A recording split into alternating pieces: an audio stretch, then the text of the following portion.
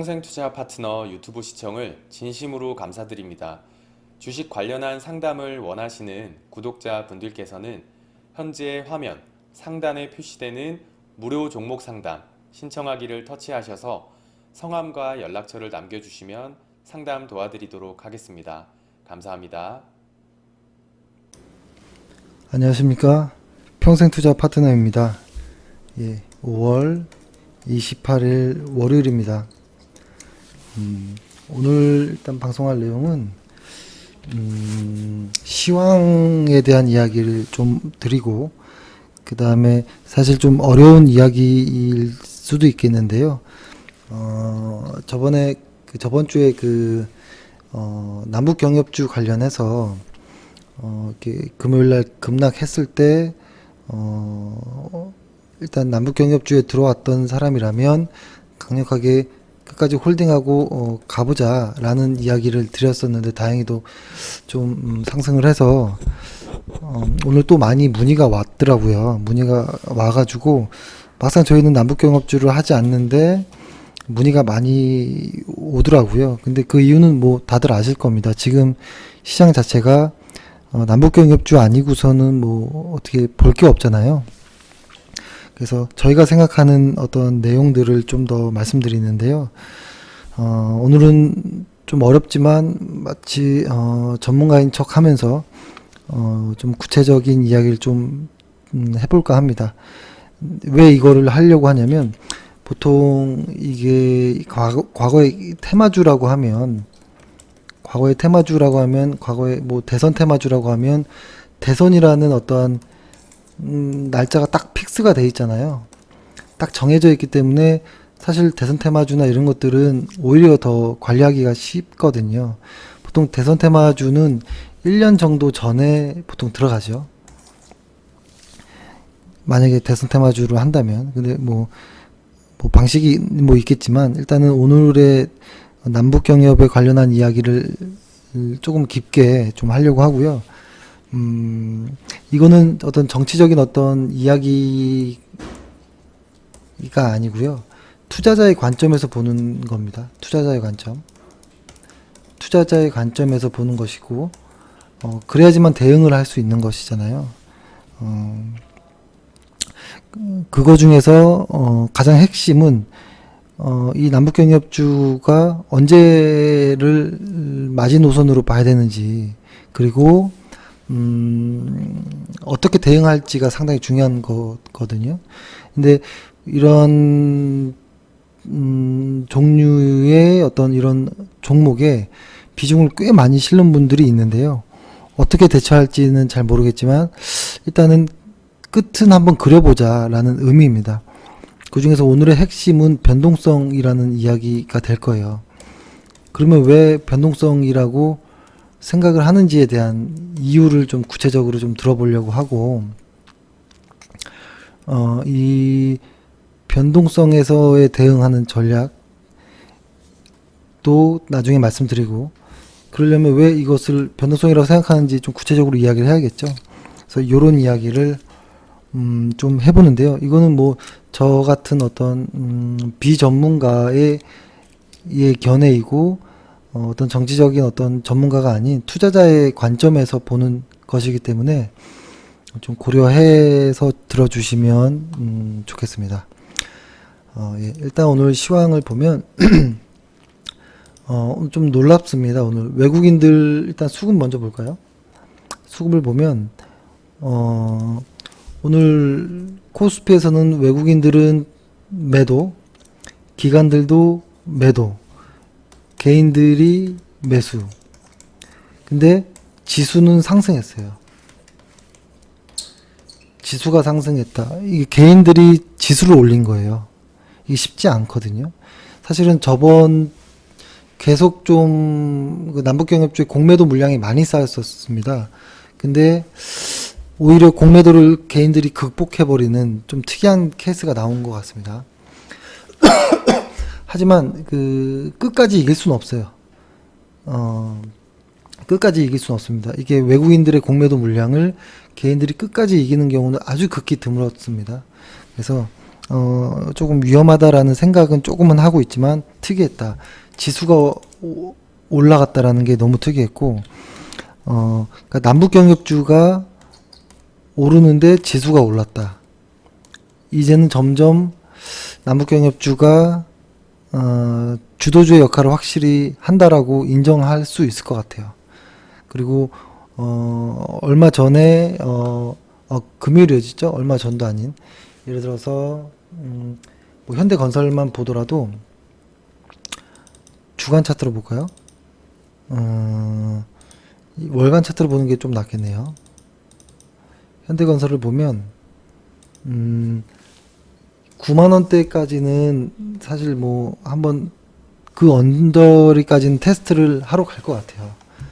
일단 근데 눌리지 않고 아주 강하게 가는 모습이 좀 인상적이고, 근데 현대 로템이 사실 지금은 더 강한데요. 그 대북에서 저는 세 개 회사를 고르라 하면 현대에서 로템, 건설, 제철을 저는 일단은 대장으로 봅니다. 근데 현대 로템에서 일단 오늘을 41,000 전고점에 어떤 딱 스톱이 걸리는 모습이 좀 보였습니다. 이건 좀 의미 있는 어떤, 그쵸? 이게 일간 차트로 보면 이렇게 돼 있죠. 여기가 전고점 라인이잖아요. 여기를 어떻게 돌파하는지를 좀 봐야 되는 의미가 있는 것 같아요. 일단. 근데 지금 오늘의 이 회복이 안전한 회복이다라고 볼 수 있을지는 아직은 조금 확신이 서지는 않습니다. 그래도 아주 강한 모습, 그러니까 지금은 남북경협주 아닌 것은 주식도 아닌 것처럼 지금 되어 버렸습니다. 그리고 외국인들은 오히려 코스닥을 조금 사는 모습이 더 보였고요. 그래서 지금은 사실은 수급이 좋지는 않아요. 수급이 좋지는 않지만 시장에서 어떤 대장주들이 변화할 때 생기는 그러한 모습들이 좀 나옵니다. 일부 아주 빠른 혹은 아주 현명한 혹은 뭐 규모가 큰 개인 투자자들로 인해서 지수가 먼저 움직이고, 보통 대장주, 그러니까 시장이 달라질 때는 그 다음에 한 번의 급락 혹은 한 번의 큰 조정이 좀 옵니다. 그리고 나서 그때부터 다시 외국인들이 들어오고 기관들도 이후에 들어오면서 개인들은 나가고, 그러면서 새롭게 판이 짜여지는데요. 지금 그런 초입 단계인 것 같아요. 그래서 저희도 남북경협주를 그런 시장이 변화되는 것까지 확인하고 그때는 안전하게 좀 들어갈 생각입니다. 들어갈 생각이고, 그렇습니다. 그래서 뭐 종목들을 일일이 보지 않더라도 오늘은 좀 특이한 날이었습니다. 일단. 그리고 대체적으로 그렇게 많이 빠진 종목이 없고 대부분 상승이 좀 많았던, 그리고 지수가 강하게 갔던 코스피이고요. 코스피도 조금 더 구체적으로 보면 요 언저리 선을 이렇게 지수가 이렇게 오다가 좀 흘러왔는데요. 여기를 돌파하고 가야 됩니다. 여기까지만 회복이 된다면 이제 진짜로 풀 매수가 가능한 시점이 오지 않을까라는 생각을 하고요. 요 금액이 2,500포인트입니다.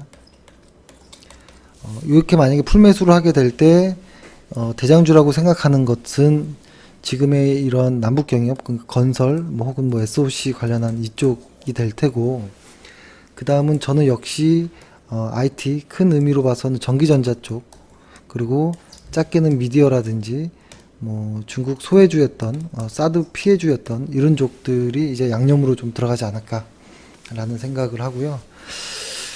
지금 뭐 유가가 계속 고공행진을 하다가 조금 빠지긴 했지만 유가를 좀 유심히 좀 봐야 됩니다. 유가 역시도. 그래서 시장이 건설 쪽만 좀 받쳐준다면 그리고 수급이 조금 회복이 돼야 됩니다. 근데 그 중에서 약간 의미 있는 것이 무엇이었냐면, 기간 누계로 본다면 개인들이 코스피 거래소에서 이제 꺾이는 모습이 좀 나와요. 이렇게 아주 의미가 있는 모습입니다. 그리고 코스닥 역시도 이렇게 꺾이는 모습이 나왔거든요. 코스닥도 개인들이 오다가 이렇게 꺾였습니다. 그리고 외국인과 기관이 올라가고 있고, 이런 모습들이 조금 일부 종목, 편향된 종목들로 인해서 수급이 지금 완전히 깨끗하게 돌아서진 않았지만 변화의 조짐은 확실히 보인다라는 것이고, 그 변화의 과정 초입 구간에 오늘 같은 일들이 벌어집니다.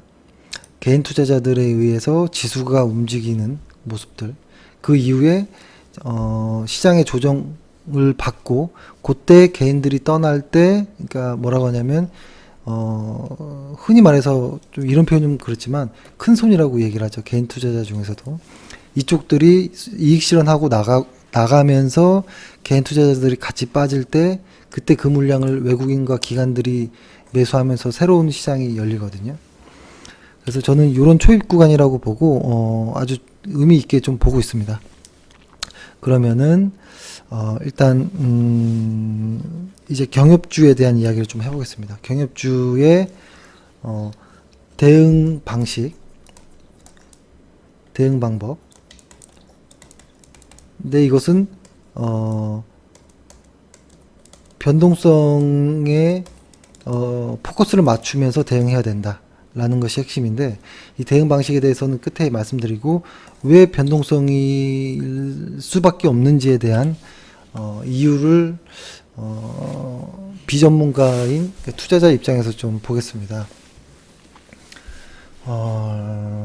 그리고 그건 좀 문제가 되는 것 같아요. 뭐냐면 최근에 많은 문의가 뭐냐면 주식 비중 거의 90% 100%로 한 종목에 들어가 있는 분들이 가장 전화가 많이 와요. 그죠? 겁나겠죠. 한 종목에서 30% 하한가 맞고 또 30%또 상한가 맞고 이러면 사실 버티기 어렵거든요. 그래서 한 종목에 몰빵을 한다라는 것 자체는 굉장한 것이고 그 어려운 겁니다. 그게 사실 위험한 것이고, 그래서 아무리 좋아도 몰빵이라는 것은 의미를 전 좋게는 보진 못할 것 같습니다. 일단 이야기를 좀 해보면 이제 남북경협에 대한 이야기, 왜 변동성으로 보는지. 사실 이전까지 작년에도 그랬죠. 김정은과 트럼프의 말대말 싸움이었죠. 그래서 저희도 오전시황의 사진으로 진짜 실제 말싸움하는 사진을 좀 이렇게 올리기도 했었는데, 이제 좀 바뀌는 모습이 나오죠. 예를 들어서 김정은과 트럼프가 말대말이었는데, 지금 작년에만 해도 이랬죠. 근데 최근에는 트럼프는 아직도 말인데 김정은이 행동을 먼저 취하는 모습이에요. 여기서부터 이제 좀 시작을 한 것이겠죠. 왜 북한이 손해보는 말과 행동의 교환을 진행하는 이유가 뭘까? 이게 대칭적이지가 않잖아요. 근데 요것의 의미는 뭐 요즘에 하도 많은 뉴스들이 나와서 다들 아시겠지만, 저는 정치적인 색깔을 빼고 투자자의 입장에서 말씀드리면, 원래는 흔히 이제 뉴스 이제 많이 나왔으니까 다들 아실 거예요. 병진 노선에 대한 한계에 도달한 것이죠. 그러니까 이것은 경제와 핵무력, 경제와 핵, 요것을 이제 같이 한다라는 뜻이죠. 그러니까 병진, 그죠? 그러니까 경제와 핵무력, 핵무력, 이것을 이제 같이 가야 되는데, 트럼프의 어떤 압박 때문에 사실 못 갔습니다. 그래서 둘 중 하나를 포기해야 되는 것이죠. 그러니까 여기서 이제 감정이입을 해보면 김정은의 입장에서 하나를 포기해야 돼요. 경제 혹은 핵무력. 근데 여기서 이제 중요한 것은 북한 경제를 떠받치고 있는, 많이 이야기 나왔죠. 장마당이라고. 그러니까 그 시장입니다. 시장. 그렇죠? 장마당. 통일연구원에 따르면 북한 정부가 허용한 공식 시장만 일단 400개. 그리고 종사자 수는 110만 명이라고 합니다. 이렇게 보면 조금 뭔가 감이 좀 안 오죠. 110만 명. 근데 이렇게 보면 좋을 것 같아요. 북한 가구 소득의 70에서 한 90% 정도가 소득의 70에서 90% 정도가 장마당에서 발생된다고 합니다. 이게 뭐 정확하진 않을 수 있겠죠. 그렇죠. 그러고 나서 그렇다 보니 북한 정부도 시장을 관리하고 통제해야 되죠. 왜냐하면 세금을 걷어들여야 되니까. 그래서 이쪽에서도 그 장마당을 결론적으로는 북한이 포기를 할 수 없어요. 왜냐하면 그러니까 붕괴된 어떤 국가 배급 체제를 복원할 수 있는 방법이 없거든요. 지금 북한에서는. 그렇다고 장마당을 만약에 폐쇄하면 수백만 명이 예전에 말했던 그 고난의 행군이라는, 그러니까 실제로 굶어 죽는 일이 벌어지거든요. 근데 이제 북한 주민들이 이제는 가만히 있지 않을 것이겠죠. 뭐 쉽진 않겠지만, 그렇죠. 그것에 대한 것들이 북한의 손전화라고 하는 핸드폰이 북한 인구 2,500만 명을 기준으로 했을 때 5명의 한 개당 이제 갖고 있다고 하잖아요. 500만 대 정도. 그것으로 이제 사실 외부에서 많은 것들을, 그런 것들, 그리고 뭐 USB를 통해서 혹은 DVD를 통해서 어떤 한국의 영화나 드라마, 예능 뭐 여러 가지들을 많이 보면서 좀 많이 달라진 모습도 이제는 알 수 있고, 그래서 남한을 동경하는 어떤 주민들이 많아지는 부분이 확실히 있습니다. 그렇죠? 확실히 있고, 그래서 사상 교육이라고 하는 것이 좀 많이 허물어지는 이런 것들이 있습니다. 근데 거기 2017년도에 그 대북 제재가 실제로 북한 경제에 타격을 꽤 주었습니다. 그러니까 뭐 석탄이라든지 섬유라든지 수산물이라든지 이런 쪽에 수출이 막히게 된 거죠. 그래서 그러니까 여기서 타격을 가는 쪽은 이쪽의 수입과 수출이 이제 타격을 같이 줄면서 장마당에 공급되는 물건도 점차 줄어들었다라고 합니다. 그리고 휘발유 제재도 받고 있고, 그래서 휘발유 가격, 그러니까 휘발유 공급이 주니까 가격은 오르고, 그래서 아직은 뭐라고 할까요? 견딜 수 있는 그런 모습이었지만 이게 한계점이 다가왔다라는 것이 어떤 전문가들의 판단이었죠. 근데 거기에서 트럼프가 그 틈새를 이용해서 아주 강하게 좀 밀어붙였고, 그래서 김정은의 입장에서는 선택을 해야 됐던 거죠. 핵 혹은 경제. 그래서 경제라는 것을 선택했다라고 저는 보고 있습니다. 그건 뭐 다들 아시는 내용일 거고. 이제 여기서부터 이제 조금씩 한 걸음씩, 그죠? 조금 더 들어가 보면, 어떻게 해야 될까요? 근데 여기서 이제 북한은 이제 1인 독재 세습이잖아요. 그래서 중국이나 베트남보다 정권의 어떤 정당성이 좀 취약한 부분이 있어요. 그래서 중국, 베트남의 어떤 개방으로 이제 성공한 모델로서 이제 하고 싶지만, 이게, 주민들의 세뇌 교육이 풀렸을 때 어떻게 될지 예측이 안 된다라는 부분이 아마 김정은의 입장에서 굉장히 힘든 부분일 것입니다. 뭐 여기서는 사실 그러니까 최근에 김정은이 중국과 미국 중에서 미국을 택한 이런 모습이 좀 보이잖아요. 근데 그거 역시도 만약에 이런 세뇌 교육이 풀렸을 때 중국이 어느 정도 도와줄 수는 있겠지만 잠시라는 것이고, 이것을 이제 김정은 체제가 계속 좀 고민하는 부분일 것인데요. 지금 사실 우리가 지금 현재 진행형이라고 하고 있는 남한과 북한, 뭐 북한과 미국 이쪽의 어떤 정상회담의 이 결과가 변동성으로 끝날 가능성이 좀 있습니다. 근데 이것이 뭐 원하지 않나 이쪽을 나는 부정적으로 봐 이런 느낌이 아니에요. 논리적으로 봤을 때, 그러니까 북한과 미국이 서로 교환을 할 것이잖아요.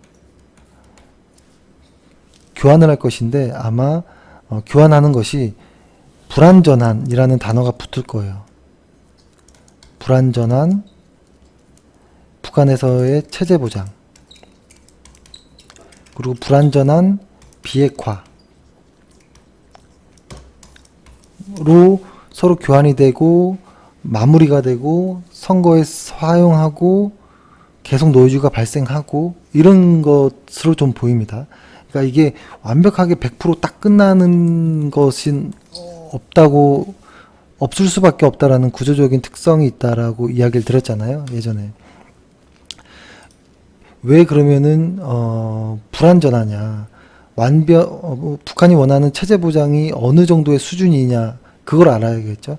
북한이 어느 정도의 체제 보장을 원하느냐? 그리고 미국이 어느 정도의 완전한 비핵화를 원하느냐? 근데 왜 그것이 100% 달성하기 어려운지를 알면 언제든 노이즈가 발생할 수 있다. 그렇기 때문에 저번 주 금요일과 같은 어떠한 변동성 시장은 계속 중간중간에 올 것이다 라는 것입니다. 그래서 비중이 많은 것은 조금 위험하다라고 얘기했는데요. 그렇다면 왜 불안전하다라고 생각을 했느냐? 이것을 봐야겠죠.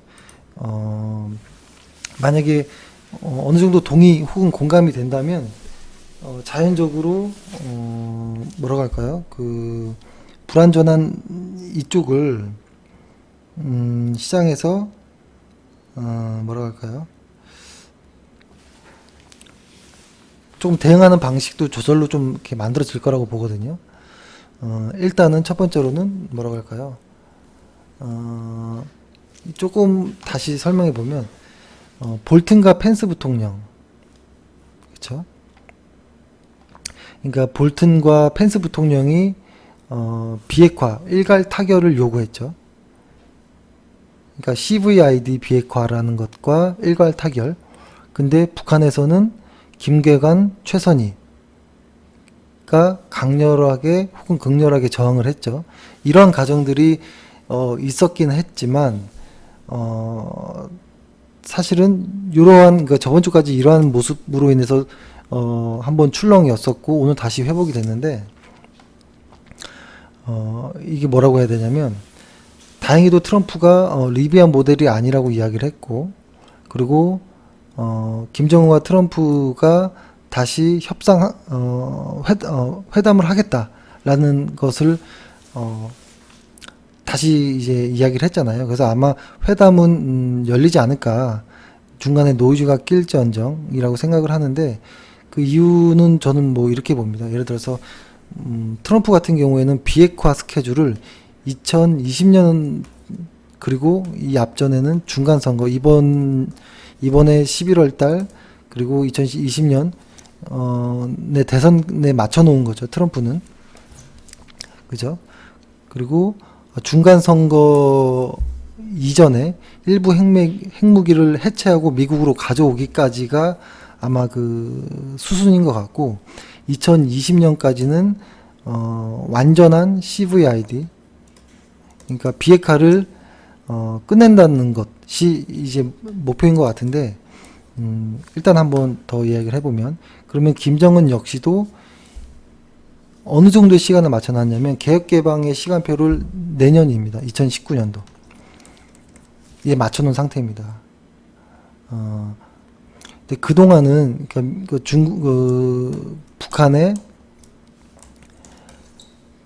북한의 어떤 장마당을 자본가랑 어떤 전주들이 양성을 했습니다. 근데 이제 트럼프가 이제 선거 때문에 강력하게 이제 뭔가 이제 원할 때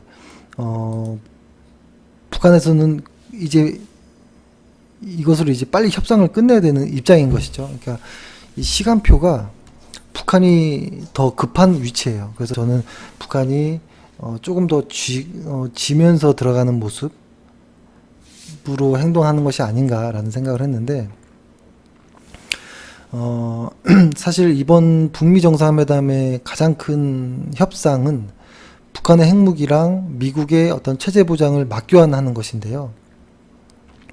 근데 미국 같은 경우는 완전한 비핵화를 요구하면서 이에 상응하는 북한의 어떤 체제 보장안이 사실 실질적으로는 아직은 없어요. 구체적인.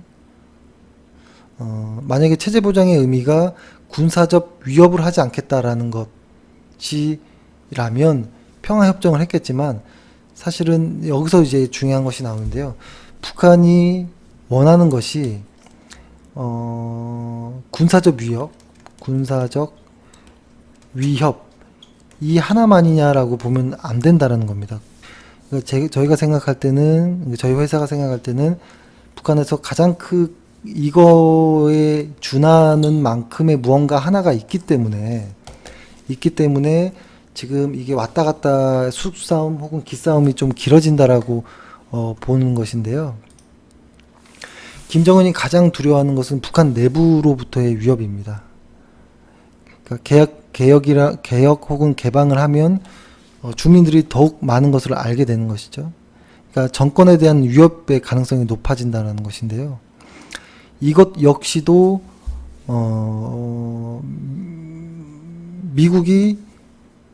이건 역시도 미국이 체제 보장을 해줄 수 있느냐. 그러니까 북한의 어떤 내부에서 일어나는 이런 위협을 미국이 지켜줄 수 있느냐가 가장 핵심이라고 보고 이것에 대한 조율을 하는 것이 아닌가라는 생각을 하는데요.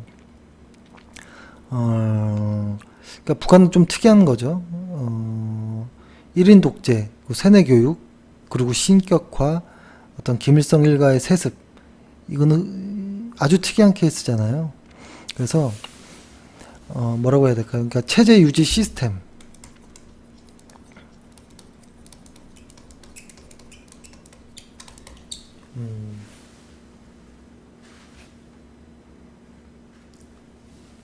잠시만요.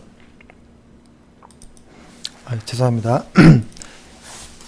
그러니까 우리가 흔히 알고 있는 북한에서 원하는 것이 군사적으로 우리를 치지 말라, 지켜달라 라는 어떤 외부적인 요인과 사실은 북한에서 저는 더 걱정할 수 있다라는 것이 내부적인 요인, 내부적으로 북한에서의 어떤 그 내부 분란들, 이런 것들을 유지할 수 있게 이것도 역시도 미국이 지켜줄 수 있느냐라는 건데요. 이게 무슨 말이냐면 이게 상당히 중요한 건데요.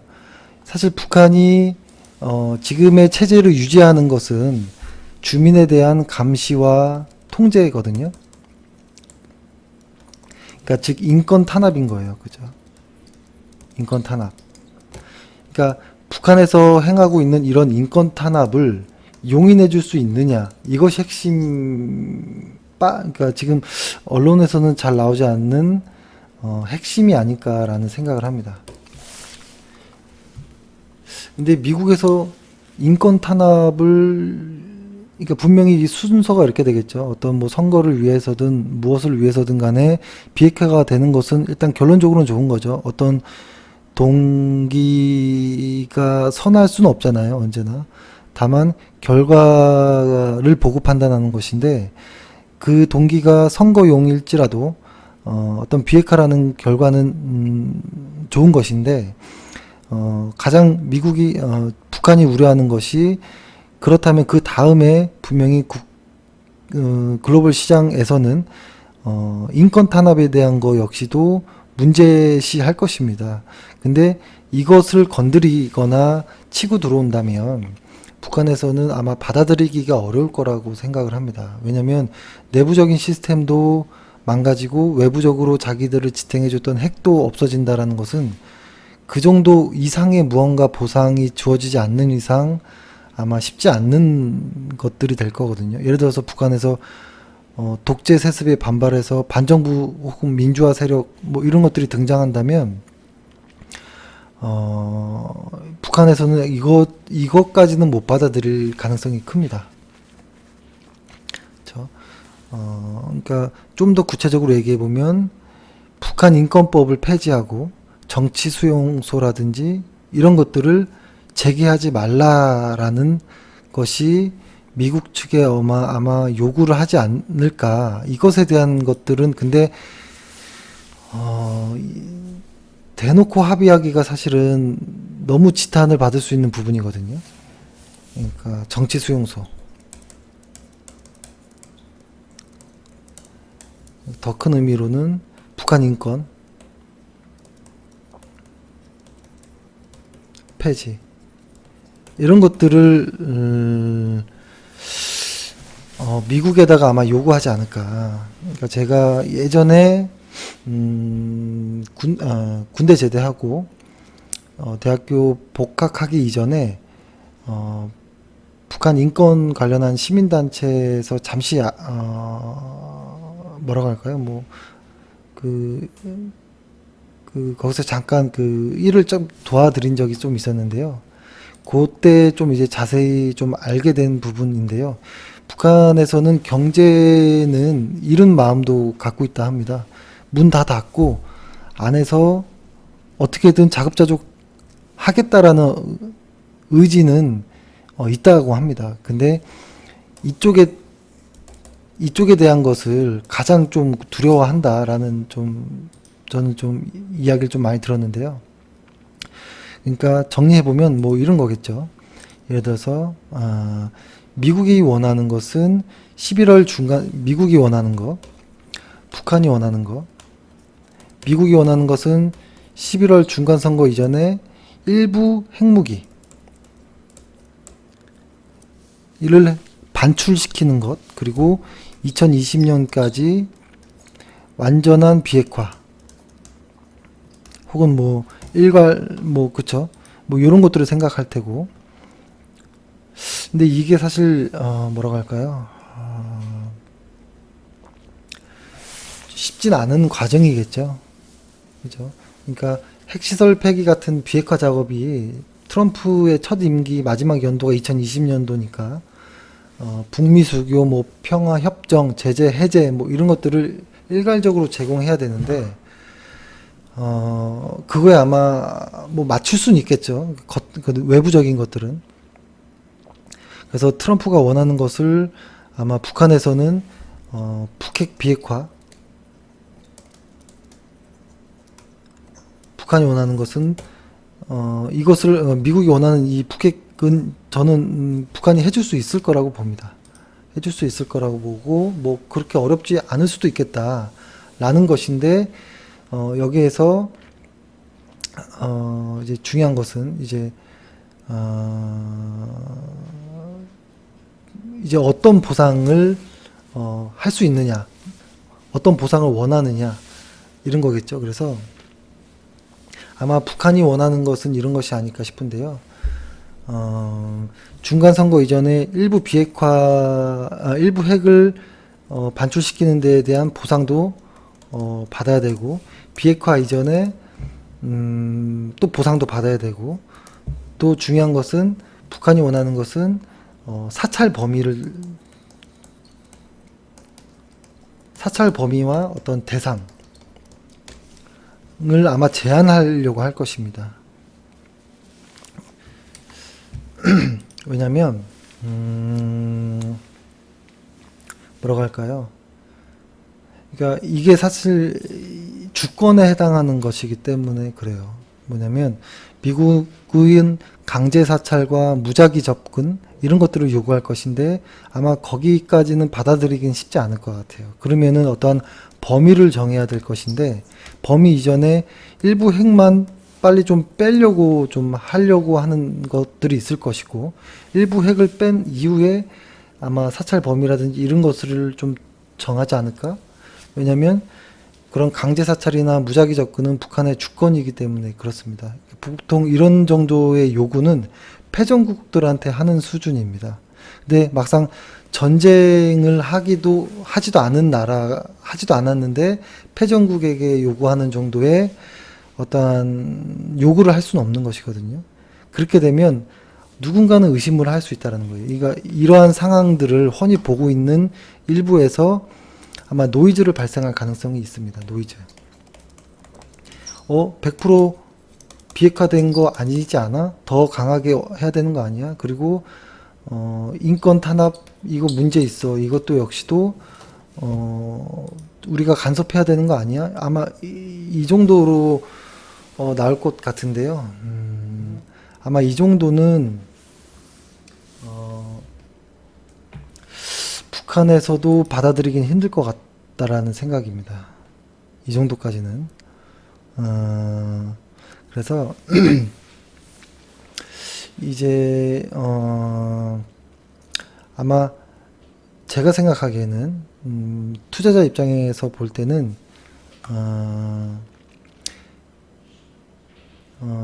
요 정도 일부 핵을 해외로 반출하는 것까지 해서 아마 조금 성사가 좀 있지 않을까라는 생각. 그 다음에는 어떤 사찰 범위라든지 이런 부분들에 대한 것은 어느 정도를 정하긴 할 것이겠지만 아마 무작위적인 강제 사찰 아무 때나 어느 곳이든 이런 것은 만약에 거기까지 간다고 하더라도 그죠? 이 범위까지 협상을 한다 할지라도 아마 시장에서 원하는 것은 이쪽일 것입니다. 그리고 100% 인정할 수 있느냐라는 것. 그래서 뭐 북한이 주권을 인정하는 범위 내에서 어느 정도 제한적인 사찰에 동의하면 합의가 될 것이라고 생각이 됩니다. 그렇죠? 근데 다만 이제 문제가 되는 것은 이미 이제 개발된 핵무기라는 것이죠. 그래서 그러니까 여기서 항상 좀 이제 문제가 나오는 것이죠. 이미 개발된 핵무기가 있는데 이것을 100% 찾을 수 있느냐. 이게 정해진 2020년 안에 100% 찾는 것 자체가 불가능한 것이기 때문에 그리고 100%다 내놓아도 나 100%다 핵무기 다 내놨어 라고 증명할 길이 없기 때문에 언제나 불안정한이라는 단어가 계속 붙을 수 있을 것이라고 보여집니다. 그러니까 이 결론은 이런 것입니다. 그래서 제가 보기에는 불안전한 이게 항상 수식어처럼 붙을 것 같아요. 불안전한 체제 보장이 이루어질 것이고 불안전한 비핵화가 한동안 되지 않을까라는 생각. 하지만 과거에 비하면 너무 많이 좋아진 상황이겠죠. 그리고 개혁개방 이후에도 스스로 북한 주민들에게 인정을 받아야 됩니다. 김정은 역시도. 그래서 내부 단속이라든지 이런 부분까지는 아마 북한이 내놓지 않을 것 같다라는 거. 그래서 오늘의 핵심은 뭐냐면 외부적인 것들에 대한 것은 일부 협상이 가능할 수 있다. 다만 내부적인 북한을 현재 유지하고 있는 체제의 어떤 유지 시스템, 즉 어떤 인권이라든지 정치 수용소라든지 이런 부분에 대해서는 북한이 이거는 못 받아들일 가능성이 높다. 왜냐하면 체제가 유지가 돼야 되는데 내부적인 내부 외부 둘 다 그러니까 옷을 다 홀딱 벗은 모습으로는 할 수 없는 정도. 그렇죠? 패전국이 아니기 때문에 그렇다라고 보고 그것에 대한 어떠한 틈새를 이 어떠한 분위기를 상대방에서 이용하고 싶어하는 그런 상대방들이 있잖아요. 특히 뭐 아베 혹은 뭐 트럼프 반대 세력들이라든지 한국에서는 뭐 자유한국당이라든지 이런 쪽에서 항상 노이즈를 발생할 가능성이 매우 높다. 하지만 매우 좋은 방향으로 가고 있는 건 사실이다. 하지만 진짜 통일이 되기 전까지는 분명 노이즈는 발생할 것이고 그렇기 때문에 변동성은 언제나 금요일과 같은 변동성은 언제든 존재할 수 있다라는 것이 저의 결론입니다. 그러면 어떻게 대응을 해야 되느냐라는 것을 보면 건설 ETF를 보면 갑자기 잘 나가다가 이렇게 이건 건설 ETF지만 예를 들어서 뭐 근데 뭐 로템이라고 해볼까요? 하한가, 상한가가 이렇게 와버리는 것이 어디 있습니까? 그 종목이 이거는 비정상적인 것이잖아요. 이런 주식은 사실 좀 말이 안 되는 거죠. 근데 이렇듯 이런 것들이 놓여지면 아주 운이 나빠서 여기서 산 사람이 하한가 맞고 팔아버리면 이거는 정말 힘든 것이죠. 근데 그 다음날 또 상한가를 간다든지 이거는 사실 불가능한 것이거든요. 그래서 이렇게 변동성이 큰 종목을 대응할 때는 나의 수익 청산에 대한 계획을 세워놔야 되는데요. 이것은 차트로서 맞추기가 어려워요. 이런 것들은. 그래서 기계적으로 해야 됩니다. 예를 들어서 나는 그래 15일 이평선을 지지 영역으로 할 거야.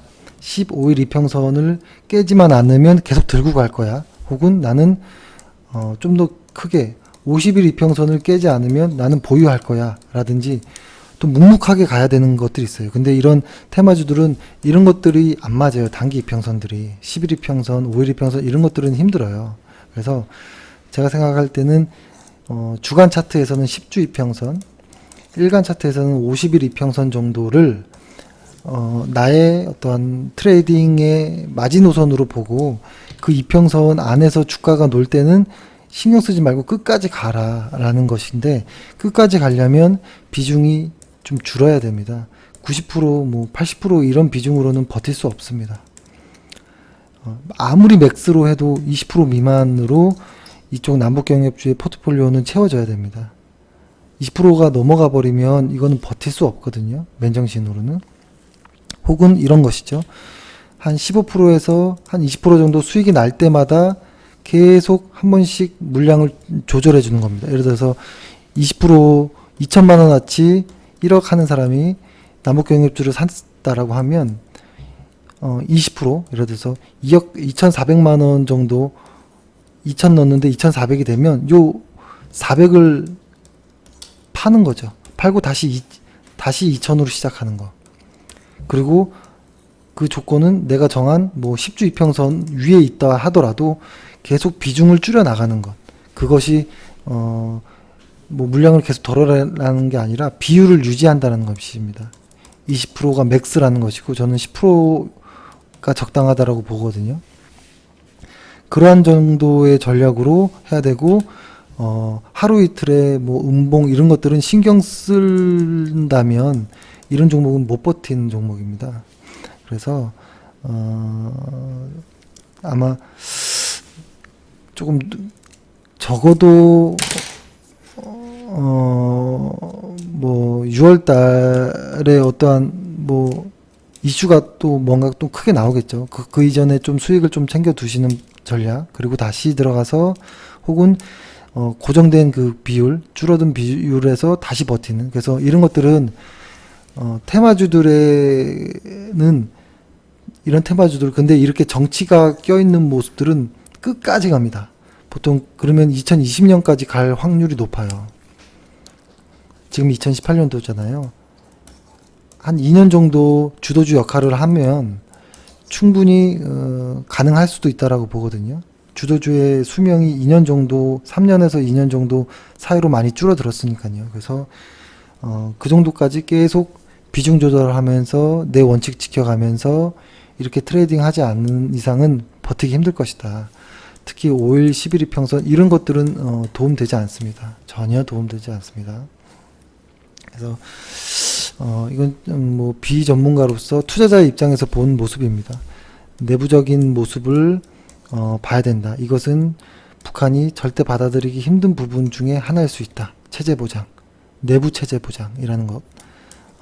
그것을 좀 염두하면서, 그렇기 때문에 변동성 장세는 계속 유지될 수밖에 없고, 그러기 위해서는 대응 전략이 필요하고, 그러기 위해서는 비중을 계속 일정 비율대로 유지해야 되고, 더해서 뭐 50일 이평선 정도를 기준 이평선으로 정하는 것이 오히려 안전할 수 있겠다. 단기가 아닌 중장기 이평선을 사용하자라는 이야기를 드렸습니다. 예, 오늘은 좀 주제 넘게 정치 이야기를 했고요. 어떠한 일단은 비핵화가 끝까지 잘 돼서 좋은 결실이 나왔으면 좋겠고 그 안에 투자자 입장에서 주의할 점은 주의하자라는 입장이니까요. 오해 없으시길 바라고 네, 일단은 요것으로 오늘 방송을 마치고요. 궁금하신 것은 회사에 그냥 편하게 전화 주십시오. 그러니까 뭐 회원 아니셔도 전화 자주 하셔도 되거든요. 그래서 뭐 최근에 가장 많은 문의가 들어와서 이런 방송을 한 거니까요. 저희도 그 회원들이나 혹은 그냥 일반 투자자분들이 어떤 생각을 하는지도 궁금하기도 합니다. 그래서 좀 소통하는 회사가 되었으면 좋겠고요. 예, 오늘은 일단 여기까지 하겠습니다. 오늘 하루 고생 많으셨고요. 내일 뵙겠습니다. 감사합니다.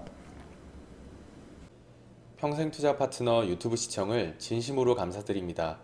영상 보시기 전에 안내 말씀 하나 드리겠는데요. 주식 종목이나 앞으로 주식을 어떻게 해 나아가야 할지 고민이 많으신 분들은요. 언제든지 저희 대표번호 1588-5380 번호 있잖아요. 네, 이쪽으로 연락을 주시면은 저희가 성심성의껏 상담 드리도록 하겠습니다. 아니시면은 저희 평생투자 파트너 홈페이지 접속을 하셔가지고요. 그 오른쪽 상단에 여기 무료 체험 신청 버튼 눌러주시고 요 아래쪽에 성함과 연락처 남겨주시면은 저희가 또 상담 순차적으로 드리도록 하겠습니다. 감사합니다.